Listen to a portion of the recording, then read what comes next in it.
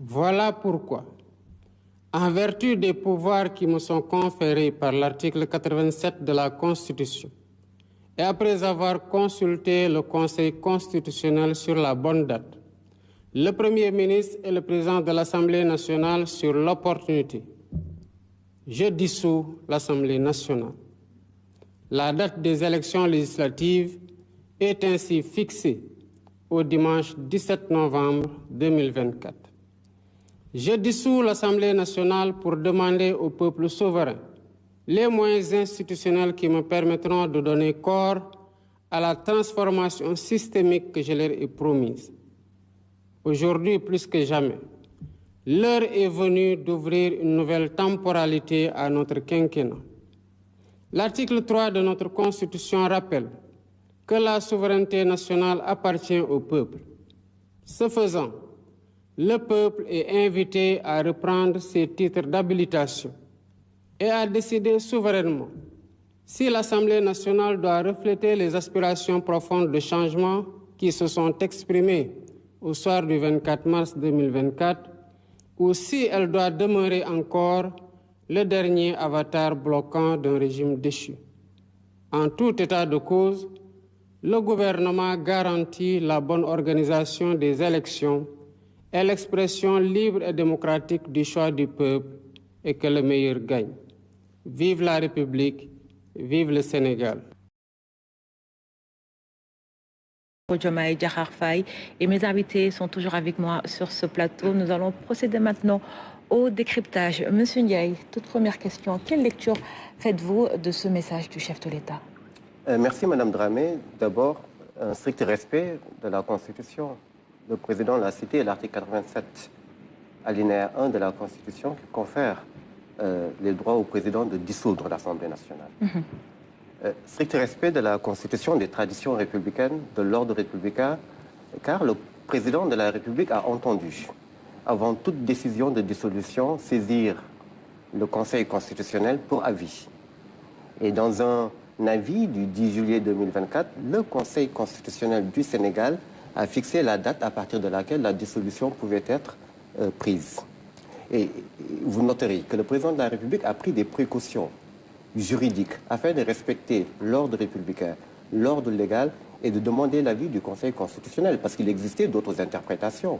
Si on suit la jurisprudence de la Cour de justice de la CEDEAO, la dissolution pouvait être prononcée à partir de la date de proclamation des résultats, c'est-à-dire le 11 août. Oui. Le président a entendu respecter l'ordre républicain, demander l'avis du Conseil constitutionnel, consulter, comme il se doit, le Premier ministre, consulter le président de l'Assemblée nationale et d'exercer les prérogatives régaliennes que lui confère la Constitution. Je parlais tout à l'heure de crise politique à travers la discordance qu'il y a entre la majorité parlementaire et la majorité présidentielle. Je rappelais tout à l'heure l'objectif impérieux de concrétiser la volonté populaire qui s'est exprimée le 24 mars 2024 afin de donner une majorité claire au président de la République pour mettre en œuvre le projet pour lequel il a été élu, toute chose qui n'était pas possible avec cette Assemblée nationale composée d'une majorité parlementaire bloquante. Et naturellement qu'il dissout l'Assemblée nationale. C'est tout naturellement, mais il faut le dire. Et je le répète, le peuple sénégalais a arraché par le sang et les larmes l'élection présidentielle du 24 mars 2024. Arraché par le sang et les larmes. Et cette élection ne pouvait pas être confisquée. Les résultats de cette élection ne pouvaient pas être confisqués par une minorité bloquante. Il était du devoir du président de la République de concrétiser cette volonté populaire lors de l'élection du 24 mars 2024 afin de pouvoir donner au peuple ses titres d'habilitation et au peuple de se prononcer.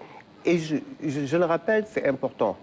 Que n'a-t-elle fait, cette majorité parlementaire, lorsqu'elle a essayé de rompre l'ordre constitutionnel en essayant de supprimer le droit de dissolution? Et si cette majorité parlementaire suivait la même logique du gouvernement actuellement en place, est-ce qu'on serait là aujourd'hui à dissoudre ce Parlement? En tout cas, cette majorité parlementaire avait toutes les occasions de concrétiser, non pas pour satisfaire la volonté du président, mais la volonté du peuple sénégalais qui a voté le 24 mars. Est-ce qu'elle l'a fait lorsqu'elle a tenté de supprimer le droit de dissolution? Une telle suppression du droit de dissolution allait changer non seulement le régime politique sénégalais, la nature du régime politique sénégalais, mais l'ordre constitutionnel. Que n'a-t-elle fait, cette majorité parlementaire, quand elle a violé la loi organique afin de ne pas tenir le débat d'orientation budgétaire au 30 juin 2024? Que n'a-t-elle fait, cette majorité parlementaire, en tentant de renverser le gouvernement alors même que le règlement intérieur n'était pas encore promulgué? Que n'a-t-elle fait en rejetant le projet de loi constitutionnelle visant à supprimer le Conseil économique, social et environnemental et le Conseil économique, le Haut Conseil des collectivités territoriales, en rejetant ce projet de loi qui était attendu par le peuple, attendu par les Sénégalais? Et rejeter cela, ce n'est pas dire non au président de la République, c'est de dire non au peuple. Que n'a-t-elle fait, cette majorité parlementaire, en violant allègrement l'article 97 du règlement intérieur en proposant une date, en programmant la date de la déclaration de politique générale en dehors des sentiers battus de la légalité, en dehors des sentiers battus du respect de la Constitution de l'article 84. Cette majorité parlementaire, à vrai dire, avait toutes les chances de montrer qu'elle était là pour représenter le peuple et pour concrétiser la volonté populaire qui s'est exprimée au sort du 24 mars. Et ça changerait quelque chose aujourd'hui? Elle ne l'a pas fait, Très bien. Madame Dramé. Et comme elle ne l'a pas fait, et comme le président de la République l'a rappelé, il est le garant de l'ordre républicain.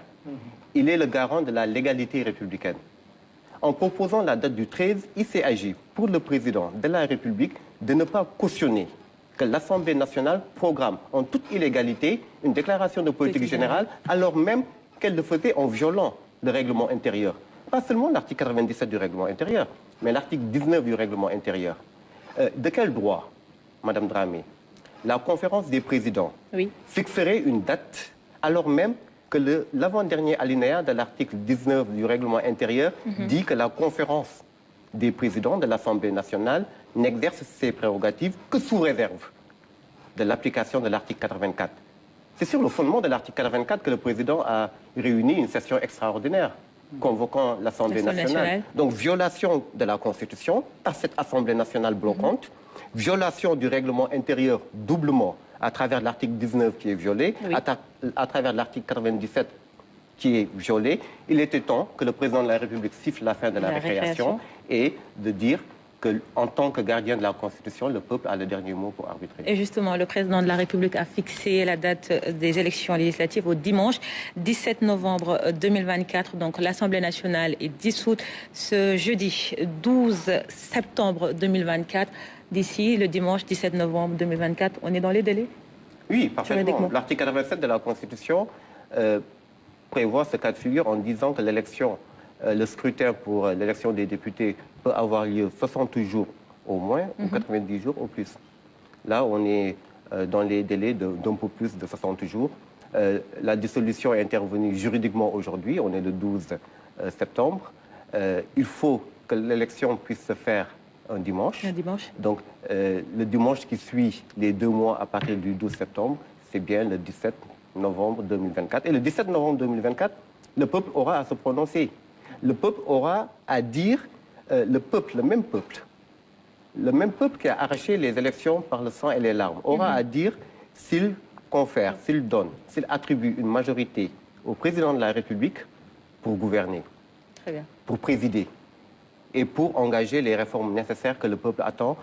Et entre autres réformes, la suppression du 16 en était une, la suppression du HCCT en était une, toutes choses que l'Assemblée nationale, en violant les règles en vigueur, a rejetées et le peuple arbitrera. Très bien. Merci beaucoup, M. Ndiaye.